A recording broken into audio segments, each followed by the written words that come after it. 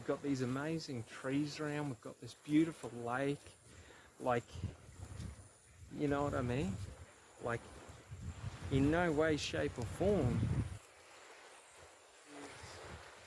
Sorry, just looking around for animals. Is that unique to me? But it's like, to so many people, the discomfort of this path would put them off the beauty around it.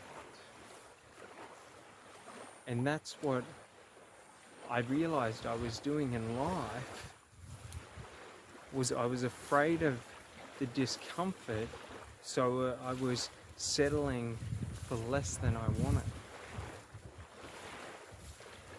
And it's a funny thing, you know? And how was I settling for less than I wanted?